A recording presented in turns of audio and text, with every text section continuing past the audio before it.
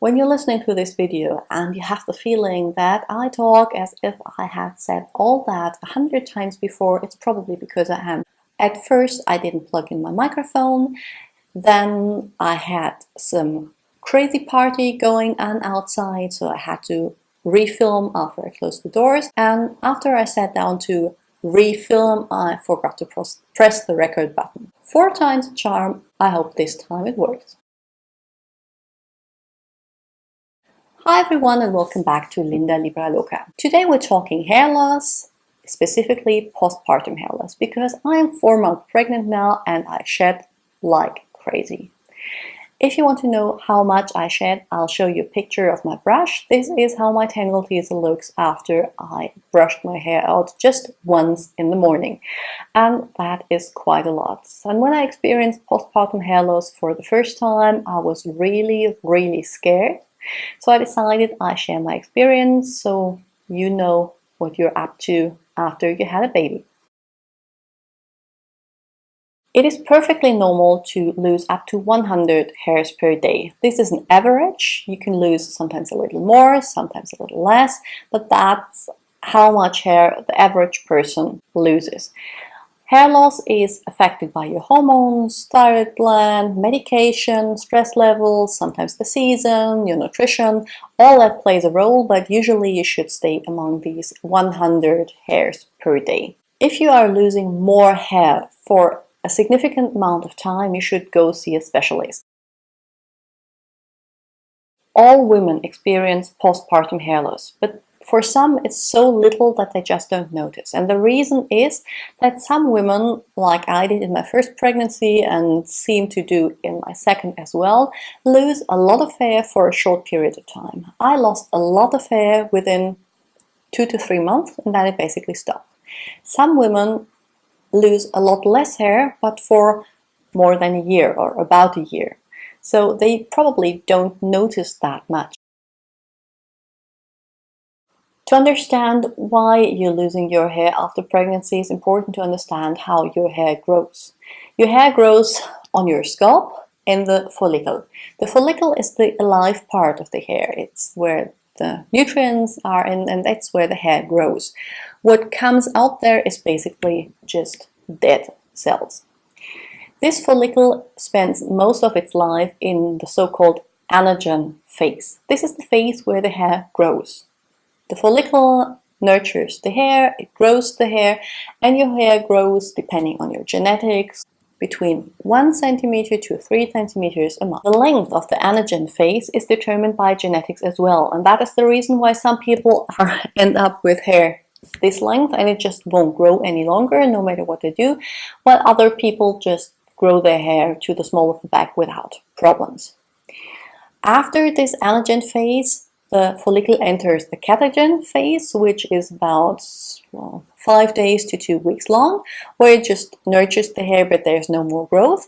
And then comes the telogen phase, which is where the follicle decides that this hair is going to go and it sheds.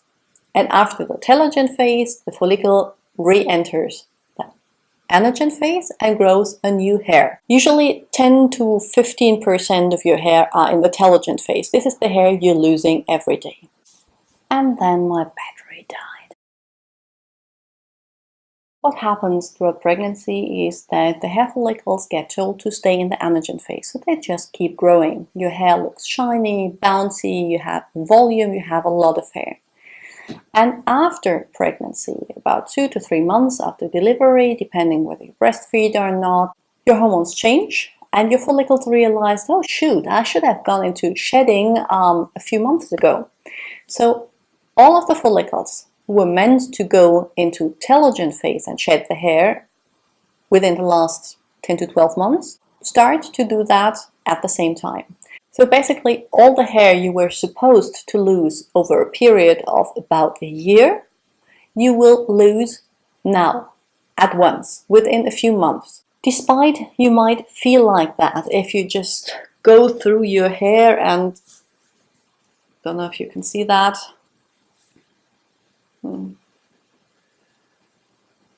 and just pull out strands of hair, you're not going to go bald. What happens is that your hair looks way thinner because you have suddenly a big amount of short hair. So after I gave birth to my daughter and the regrowth kicked in, I looked basically as if I had bangs. If you want to know if you're actually losing your hair or if it's breakage you're experiencing, you have to look at the strands you're losing. If it's losing the hair, the complete hair, you'll have tiny bulb at the top, which is basically the hair follicle or the root of the hair. The truth is you can't.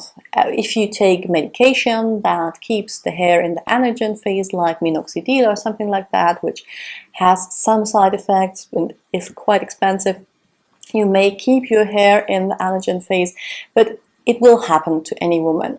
What you can do, of course, is nourish the hair and stimulate your scalp like you can whether you had a baby or not. First thing basically is nutrition. Your skin, your hair, your nails reflect how healthy you are eating. And the three things that always are mentioned are avocado, because it is rich in fatty acids that are great for the hair and the skin. It's almonds because they are amazing with vitamin B complex, and it's eggs if you're not a vegan, of course, and it's eggs because the protein is needed for the hair, because hair is basically just protein, just like your nails are. If your nutrition is on point, there are some things like biotin, vitamin B complex, some people say zinc, that you can take as supplements, and I would recommend any breastfeeding mama or any mother that plans to have another child, just keep taking your prenatals. They contain quite a lot of good stuff, and if you're planning on having another child anyway, just keep on taking your prenatals. Another thing you can do is special treatments for the scalp, and that one thing that is used quite a lot is caffeine. And I'm using a caffeine shampoo at the moment, which is not sulfate free, but I use it about once a week.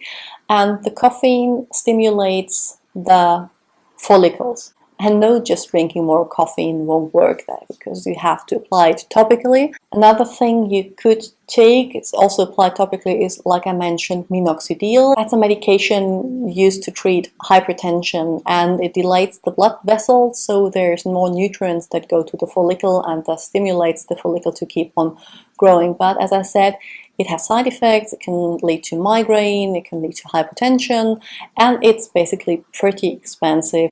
Anything that increases blood flow on your scalp will help. So a head massage will do greatly. Cold water, rinsing your hair with cold water, that is something that works as well.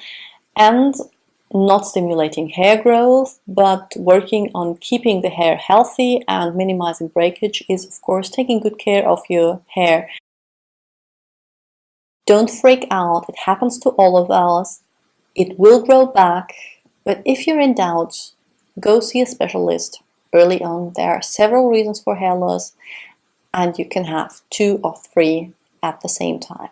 Take good care of your hair, it will regrow. If you want to, I can keep you updated on how my hair loss story is. You will probably see it in my videos. Right now I'm just usually wearing my hair up, not because I think that prevents breakage, but because I'm sick and tired of having to vacuum the flat twice a day because there's hair everywhere. That's it. I hope you enjoyed, and I'll see you very soon with another beauty video. Bye!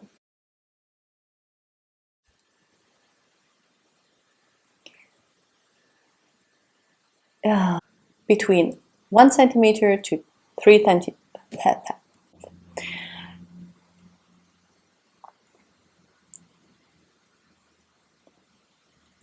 So, okay,